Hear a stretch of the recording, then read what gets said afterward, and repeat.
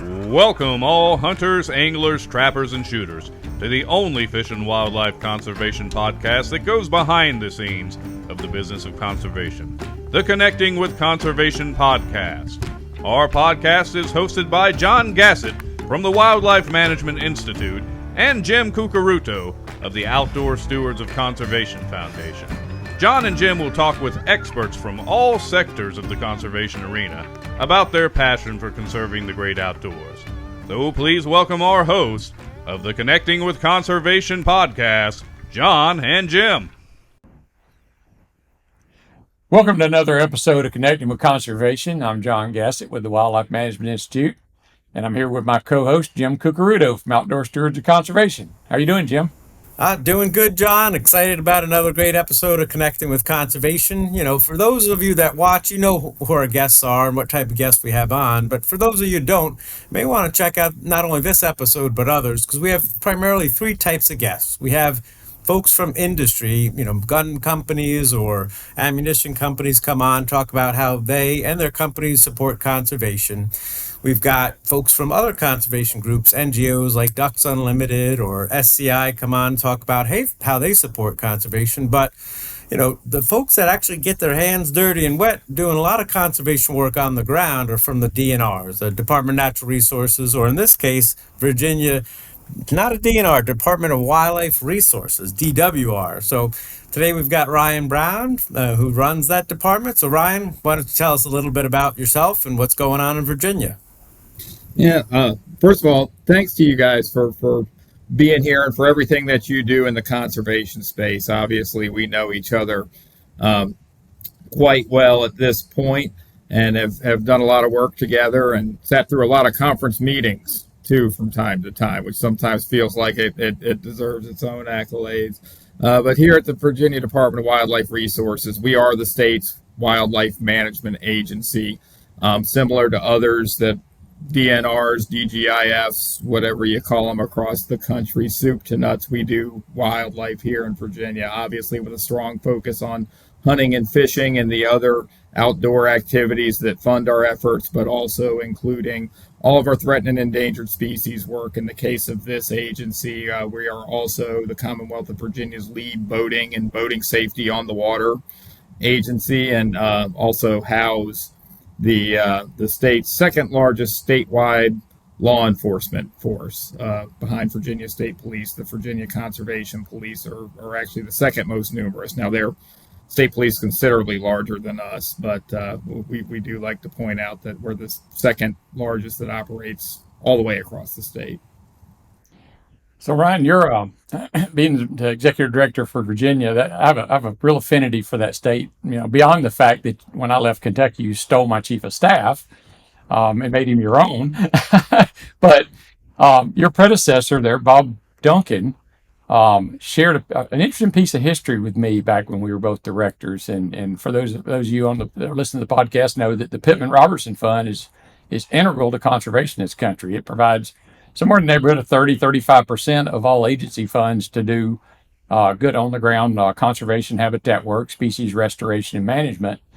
But Mr. Duncan showed me one time a letter from A. Willis Robertson that was in the files there, asking for his colleagues, he was a congressman, asking for his colleagues in Congress to support the Pittman-Robertson Act. And it took about 3 years for them to get that thing passed. But I just always thought that was a fascinating part of Virginia's history, that, you know, not only were you the home from that congressman, but there was actually a letter in the DNR files, the DWR files, that where he was asking other states to sign on with him. So do you still have that, or did it get sent to the NCTC archives, the repository for all the historical documents for conservation?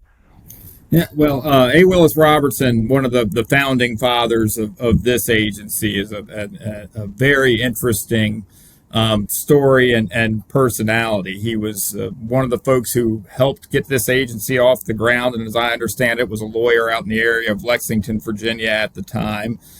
Served on our commission or board, and we've been both of those at different times. I don't remember exactly what status it had at that time. Served in my seat for a number of years. and also is the Commonwealth Attorney, I believe, for Rockbridge County, but again in the western part of the state, before going to Congress. And he admittedly was a much better correspondent and keeper of his correspondence than probably either Bob Duncan or myself could claim to be, even in the electronic age. And so the vestiges of him are still very much in this building. In fact, the reason you saw me glance to the left is I believe one of his oaths of office is printed out and framed on the wall here immediately beside me. So we have all that correspondence on hand here. There's actually an historian who I've spoken with a few times over the last couple of years who is working on history of things, natural resources in Virginia, and found just a treasure trove of documentation pertaining to Robertson's time. So yes, that's all very much here. And every time I hear PR, I'm proud that Virginia has a bit of an ownership stake in that act. Yeah. So every state agency has a history, but yours has a very unique history, being in possession of all the information. I actually got to hold that letter in my hand one time, and you're holding a piece of history, and it's critical to everything we do and believe in. So just wanted to bring that up, that it's something that every other agency can't claim. So. Man, I tell you what, I learn stuff on every episode that we do. I didn't know that. I had heard some things. I didn't know he was a congressman from Virginia, and started that and held that position. So I believe he has some famous, siblings down his family tree as well. But that's beside the topic here. But something I learned a couple years ago about Virginia, and I probably should have known this even beforehand, but you guys started elk season as well for hunting elk in Virginia. When did that actually, what's the history of that, I guess? Yeah, well, elk are in fact native to Virginia. And there are places, and many of our citizens today don't recognize the origins. But for instance, where I live, there's an Elk Island, there's an Elk Hill, there's a town in another part of Virginia called Elkton. And all those place names emanate from the fact that there were historically elk in those parts of the state. The last Virginia native elk, which the elk on the East Coast, as you guys probably know, in many ways resembled the Roosevelt elk, was taken in, I believe, the 1850s or early 1860s in the mountains of Virginia, or at least so far as we know. That's when the last Virginia elk was killed. The department over time has had aspirations of bringing elk back to Virginia. In the 1930s, in fact, they tried by bringing in elk to just several various geographic locations in the state for an assortment of reasons. That didn't work out. But back, I guess it's been a little over 12 years ago now, we determined to bring elk back to a particular part of Virginia, the Coalfields region, close to John's home there in Kentucky, Buchanan, Dickinson, and Wise counties. And the Kentucky Restoration Project had been successful at that point, and our neighbors at the time were good enough to share with us, in addition to his chief of staff, who I will point out, John, we did wait until after your time was up before we stole him, but you're not getting him back. So if there's a gas at round 2, you can count on me keeping him here in Virginia. But they were gracious enough to allow us to have some of their elk to stock here in Virginia. It was 75 of them that were stocked over a 3-year period. Over the last decade, that herd has grown. Our number now, we actually have Virginia Tech engaged in doing population modeling for us, but somewhere in the 250 animal realm, which has enabled a very small hunt, perhaps by Western standards or even Kentucky standards. But, elk hunting is back in Virginia. And I believe you can, doesn't matter where you live, you can, apply the raffle or sweepstakes or a way to, I think, $15-20, and I can apply to get that tag. Is that nationwide for the most part, or?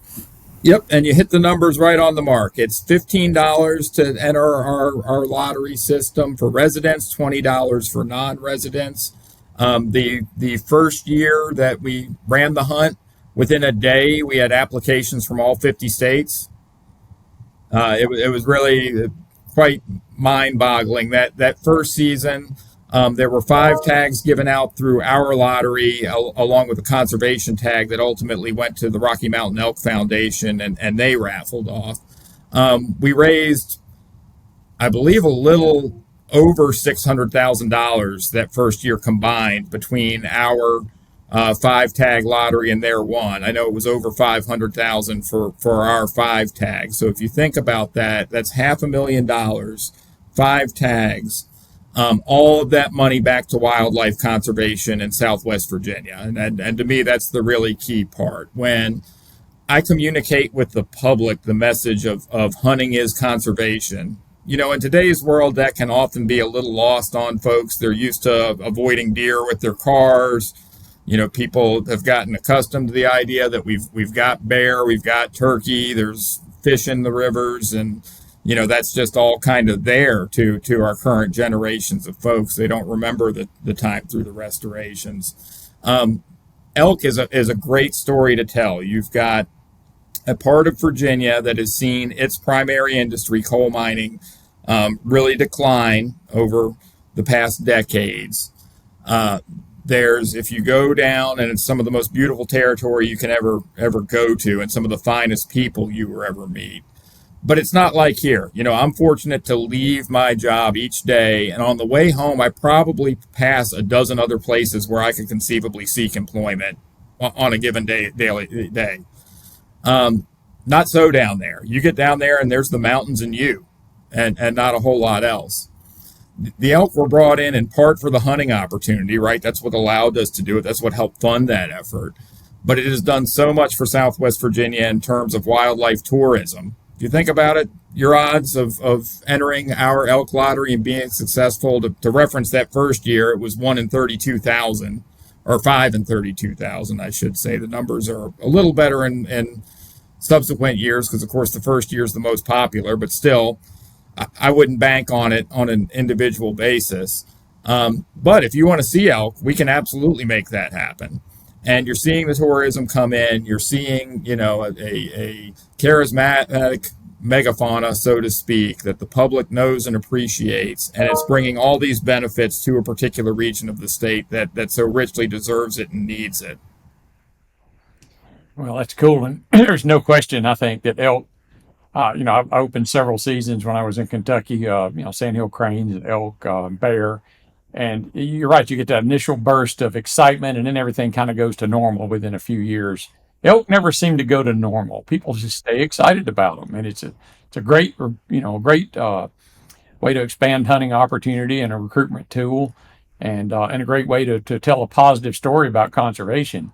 But another a good way to do that, we found it, and Jim's been involved with some of this too, is there's no better way to show someone who doesn't understand what the money for conservation does than to pull a bear cub out of a den and put it in their hands and let them hold it and know that's what their license dollars went for. So I know you have a very strong bear population in Virginia. You do a lot of work with bears. So tell us a little bit about what's going on with your bears. And the second question, that's how do they interact with your elk? So there's two good ones. Yeah.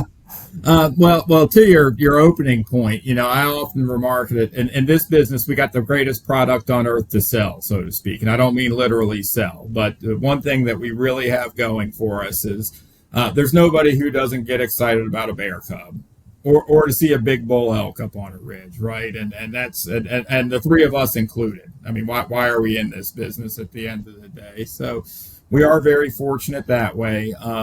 We do have a healthy bear population overall in Virginia these days. And by the way, that's a species that has come back even during the course of my career. So you say the last 15, 17 years or so, I've seen big growth in the geographic area that bears are commonly present in. We have a healthy bear hunting community who's out there and a good place to do it. The western part of Virginia, if you look at the spine of the mountains, is by and large national forest. And so we're fortunate to have all those factors come together. Today, I work on bear issues almost every single day, of one type or the other. The biggest threat faced by our bear population currently is mange. So we've seen it in Pennsylvania, and we've seen it come down the mountains, and the northern Shenandoah Valley of Virginia today. Managing for that is one of our key concerns. The other is, quite simply, and you've seen this in other states, people are used to deer, right? We've had great deer populations across the Commonwealth of Virginia. By the way, if you come here, you get 6 tags, 3 bucks, 3 does, and you can buy unlimited doe tags. I'll just put that out there. So we're a great destination hunt in terms of opportunity. But people are not as used to bears and interacting with them and having them either in their backyards or in their agricultural fields or you name it. So education and outreach, big part of what we do. Fortunately, I have seen the times of bears making the news because they crossed the road kind of go by the wayside. We've started to appreciate that they're out there, and they're to be appreciated and not to be feared. But we still have, every day it needs to educate people on living with bears, what attracts bears to your yards in the first place. If you move the bird feeder, maybe the bear will move on, those types of concepts. And the bears live in Southwest Virginia as well. Have not had any conflicts that I'm aware of between our bears and our elk herd thus far. So, that's not one that has been in any way a problem. Yeah, it's just one of those that comes up in the eastern elk states a lot. I know people ask, "Hey, how do the bears and elk get along?" And it's a common question. So, yeah, in some places they do fine. Other places, the Smokies had trouble getting their project off the ground because of bears until they eventually put enough elk there that they could get some reproduction. So, but glad everything's going good there. And, what we try to do is educate folks on the Connecting with Conservation podcast about how all the things that are funded by hunters, anglers, trappers, and shooters, from their license sales to their product purchases. But you mentioned mange, right? So on top of mange, that's your responsibility to manage that. And I don't know if mange is a disease or not, but you also have a disease management as well, whether it's, white nose syndrome or chronic wasting disease. It's biologists that work for the DWR that are funded in part by excise taxes and hunting license sales that control disease, within a population. So, I guess talk a little bit about, other than mange, are there other problem diseases that are happening in Virginia that you're working on and combating?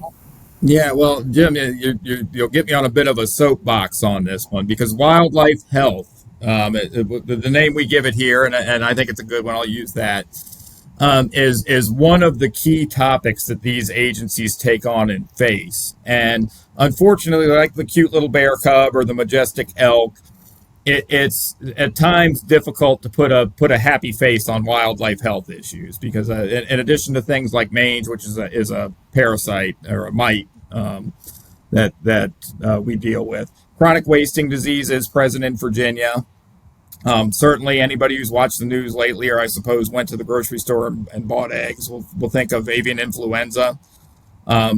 Here in this state, I am well staffed compared to many of my peers. That means I have one full-time wildlife veterinarian and a couple of other wildlife health dedicated staff that, along with those biologists, are doing that type of work. And yes, they are all funded by money that comes from the public in the form of PR dollars, license dollars, and so on and so forth. All of those funding sources that you and John dedicate this program to educating folks about. Without that, we have none of those resources, no ability to respond. To reference the mange situation again, as I sit here, I'm preparing for a board meeting to occur later this week, in which we'll consider population goals and what we need to do to respond to the need to rebound the population in the mange area.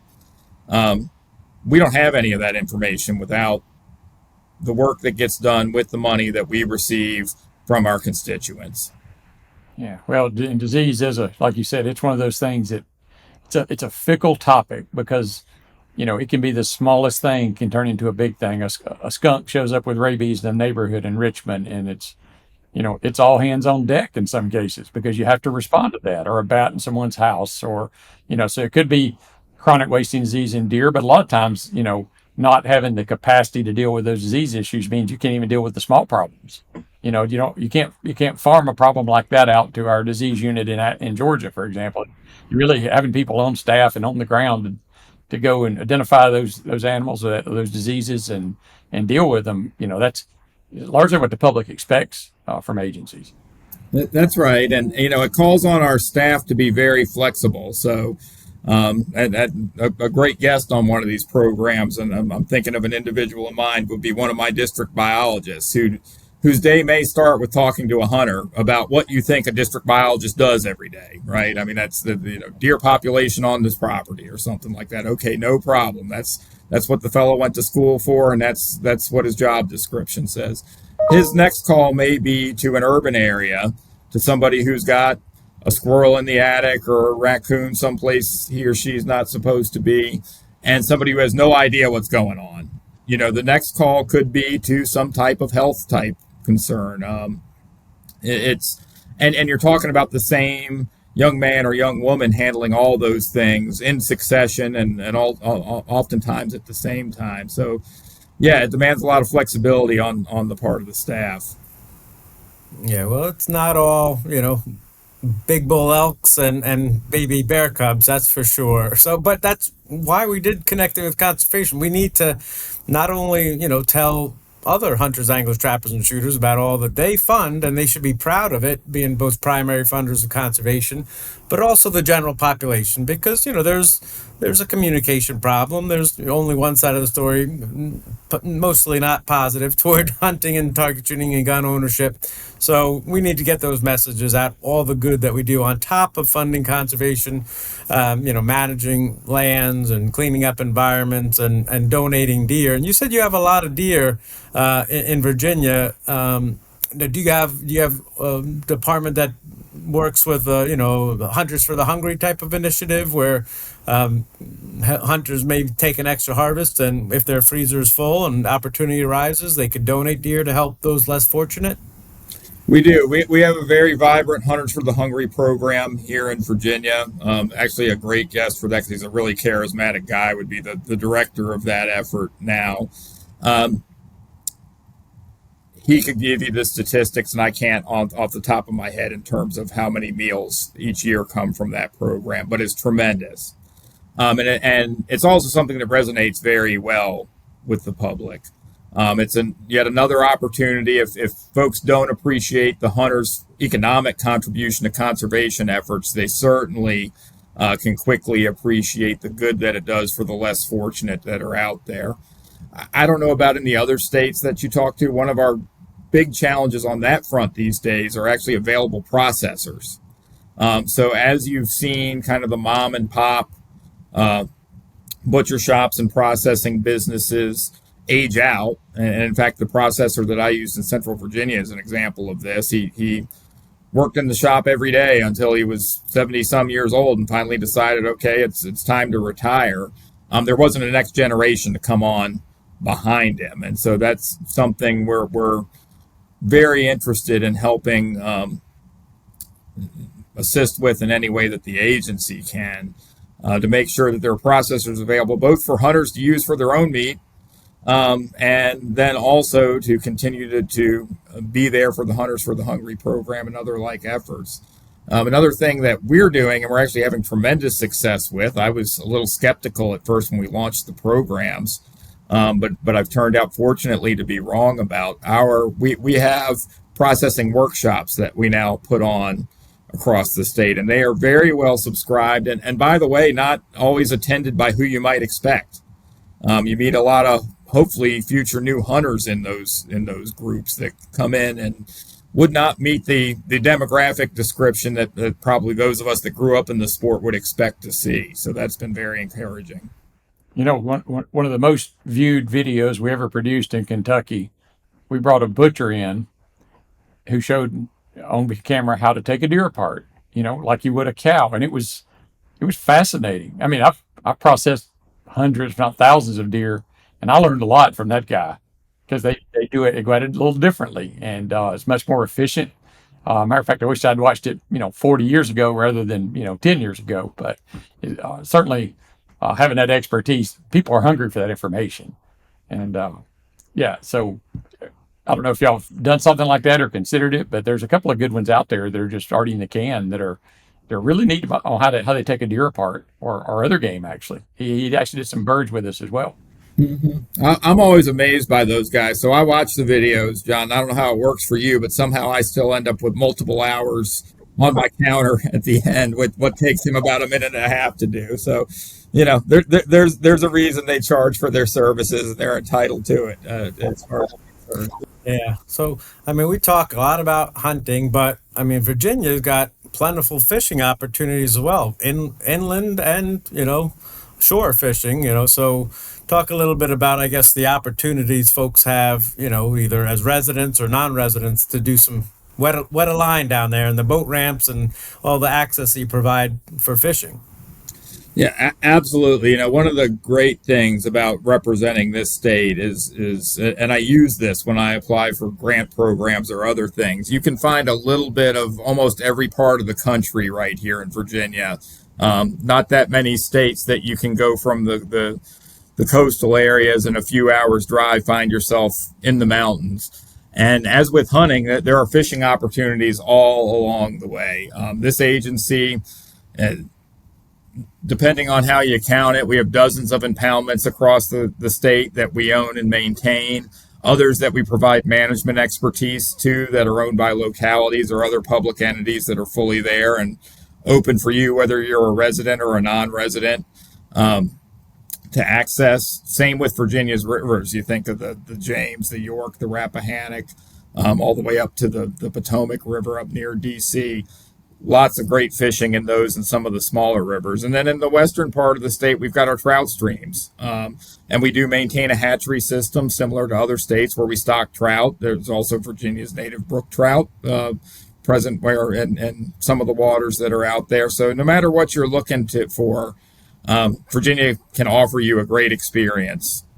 So a follow up to that, because I became familiar. I think y'all were one of the first states to do this. But if you want to go to Virginia and you want to participate in an outdoor activity, but you don't have a place to go, maybe there's a wildlife management area not near you, or you don't have access to private lands. I think y'all have a fairly robust program that hooks private landowners who have signed lands up to people who want to participate in the outdoors, whether they're hunting, fishing, metal detecting, whatever.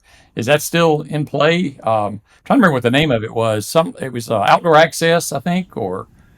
So Outdoor Access is a private entity, but that does have a strong presence in Virginia, and in some ways, I'll say, it looks like Airbnb for hunting and fishing, so to speak. So that's very useful.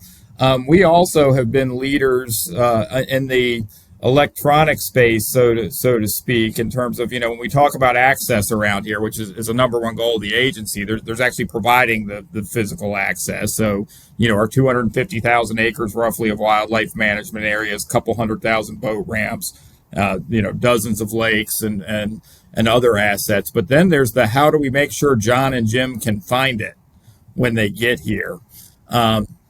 And so through the good work of actually your former chief of staff, John, to make reference to him again and his vision and some others out there, through our Go Outdoors app, through other things that you will find on the agency's website, www.dwr.virginia.gov, we have striven to make it very easy for the public to find where they are and what opportunities are nearby. And the great news is, whether you like hunting, fishing, wildlife watching, hiking, you name the outdoor activity, you're in close proximity to something that can be offered to you.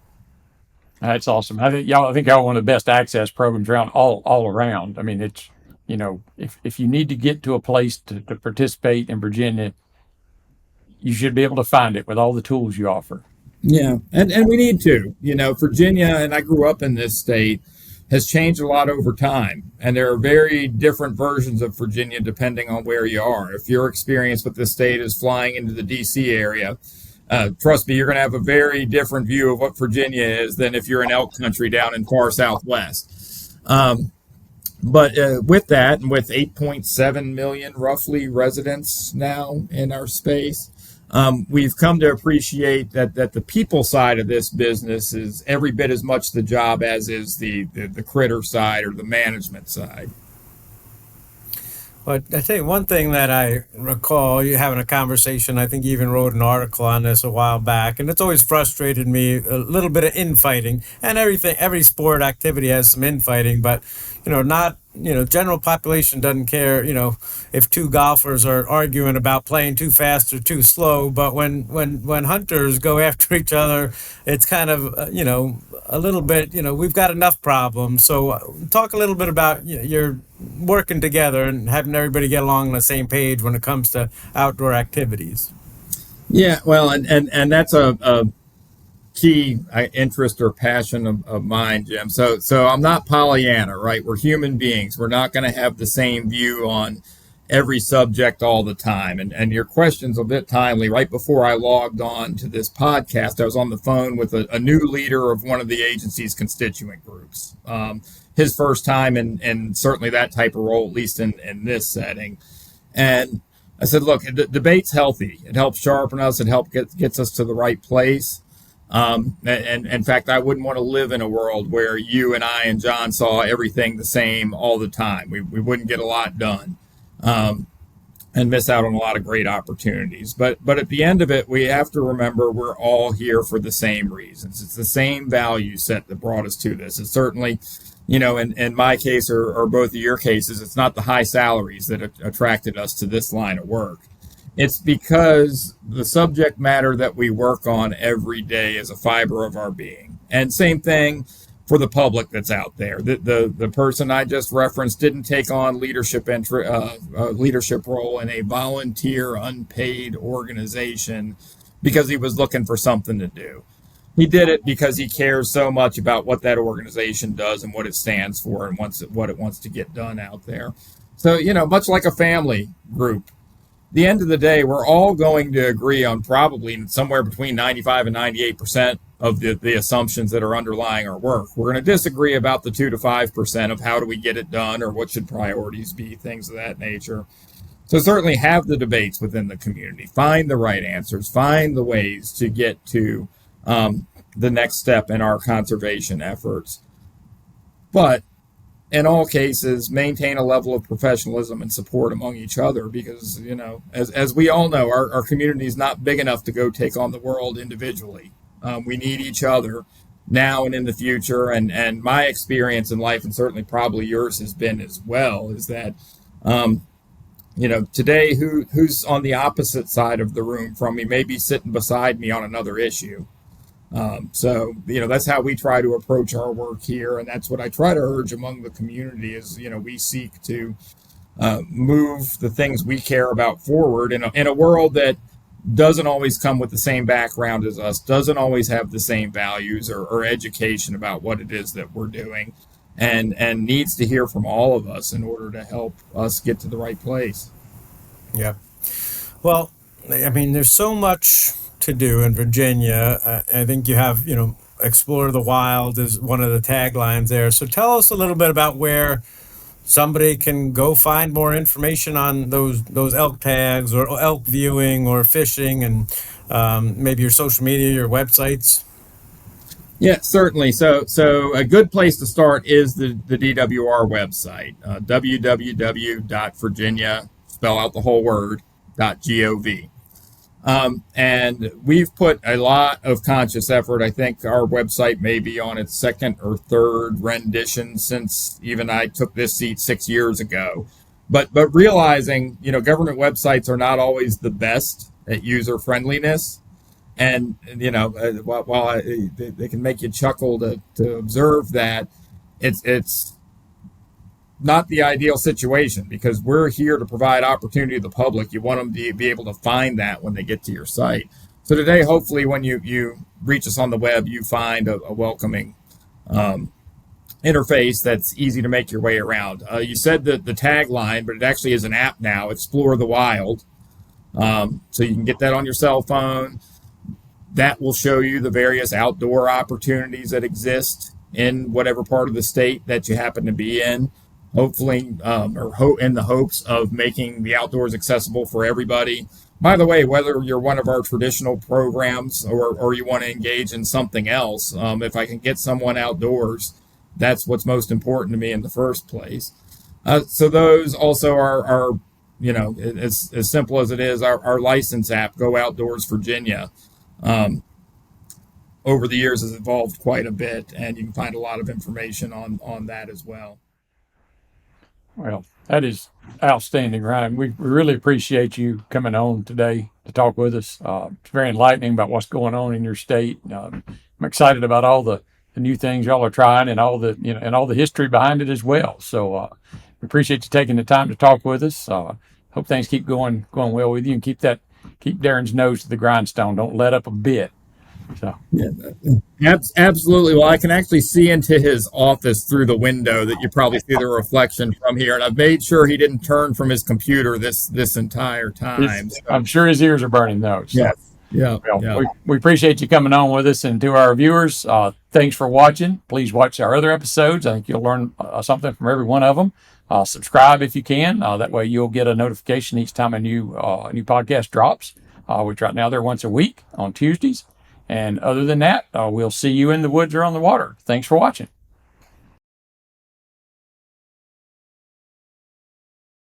Thanks for listening to this episode of the Connecting with Conservation podcast. Please do us a favor and tell your buddies, friends, family, and others about what you've learned here today. If you like what you heard, come on back anytime and listen to another episode of the Connecting with Conservation podcast.